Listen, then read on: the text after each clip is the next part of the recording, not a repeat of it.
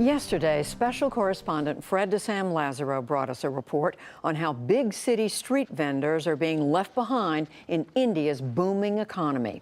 Today, we travel to stone quarries in the rural northern part of the country, where a deadly disease has trapped workers there in poverty for generations.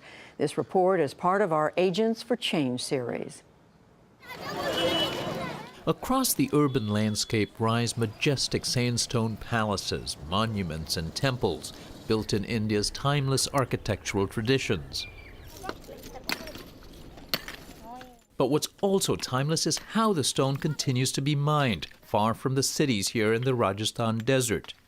Early each morning you hear the sound of sandstone being pounded into a gravel that's used in construction. No one is spared the drudgery, it seems. Nursing mother with infant, young children. How old are you? 10. He should be in school, it's the law, but history suggests he'll soon graduate to a quarry, part of a vicious cycle of generational poverty and disease. The work is physically brutal under a blazing desert sun.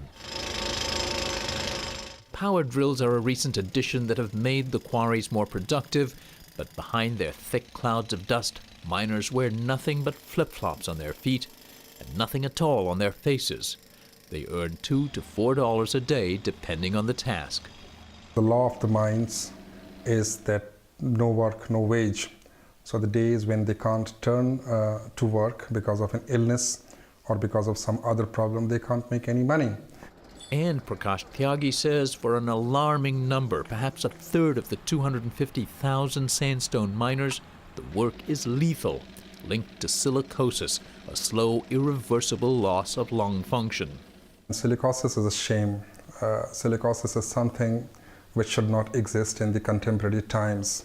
Silicosis is easily preventable with face masks and by using water to tamp down the dust that's everywhere. And the disease is now rarely seen in developed countries. And yet Tyagi, who's a medical doctor, says no one around here had ever addressed it until about 3 decades ago, when his late father started a charity called GRAVIS, dedicated to improving life in this impoverished region. It could also be very similar to TB. In the early days, many patients they saw were assumed to have tuberculosis, which is treatable with antibiotics. The treatment was given, still people were dying with lung issues very similar to TB, but it was not TB. Only after sending 250 x-rays to a research center in Delhi did GRAVIS learn it was dealing with silicosis and design ways to help patients cope with the slow, degenerative, fatal condition. Today, GRAVIS runs field clinics near quarries, offering diagnostic services and a limited amount of drugs, like cough suppressants and inhalers that can control, though not cure, symptoms. Do you have TB? Many, like this 25-year-old mother of 2, hope that they just have TB, which is a common co-infection. However, the paper she carried but was unable to read indicated she had silicosis. She may live to be 40 years old. At the most. So she is one of those accelerated silicosis cases. She is saying that she has been working in mines for about 8 to 10 years. She would have started when she was 15 or 16. Many start even younger, though it typically takes about 20 years of dust exposure for silicosis to develop, destroying lung tissue, rendering sufferers listless and unable to do much physical activity. I've been ill for about 7 years. For 2 years, I just haven't been able to work at all. Their condition will worsen inevitably until, like Jogaram, they are literally unable to breathe. This is how typically silicosis patients die. Is he reasonably comfortable or is he in pain? He's in a lot of pain. Ideally, he'd receive oxygen and steroids and die in a hospital or hospice setting. None of that is available or affordable here. The prolonged illness forces many families to incur debt, prolonging their medieval poverty into the next generation. Madhu Devi echoed the sentiments of many in this group of silicosis widows. We have to send children to work. We have no choice. There is no other way to put food in our stomachs. It's not a lot of food. It was around 10 a.m. when we visited this village. आज क्या खाया? कुछ खाया? What have you eaten? I asked. They hadn't. The truck will come by around midday, and only when we load it up will we get the money to buy food, she said. How much will you get paid? 150. That's about $2.50. These magnificent sandstone buildings from which the government governs in New Delhi may seem aloof and far removed from the suffering and labor of miners in Rajasthan.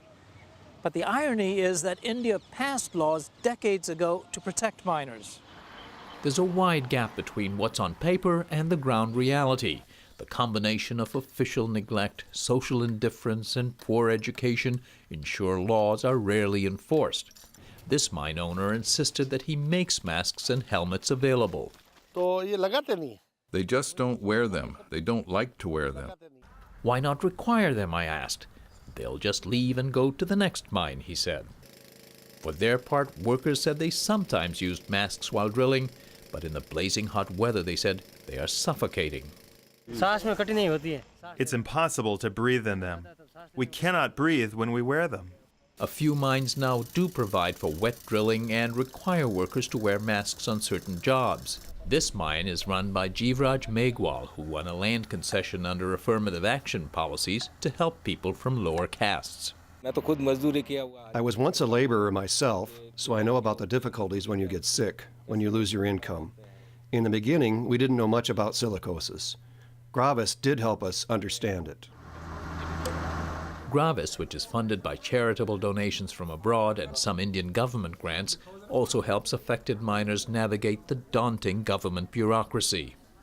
There is a lot of paperwork, there is a lot of delay, but we try to make sure that these people who are illiterate and less capable go through those hurdles. The compensation, about $1,700 for living victims, $3,000 for their survivors, provides some debt relief or money to travel and perhaps find new work. But Tyagi says his and a few other groups meet only a small fraction of the need, while he says thousands of silicosis victims scattered across this remote region suffer and die each year without even a diagnosis. For the PBS NewsHour, this is Fred DeSam-Lazaro in Rajasthan, India. Fred's reporting is a partnership with the Undertold Stories Project at the University of St. Thomas in Minnesota.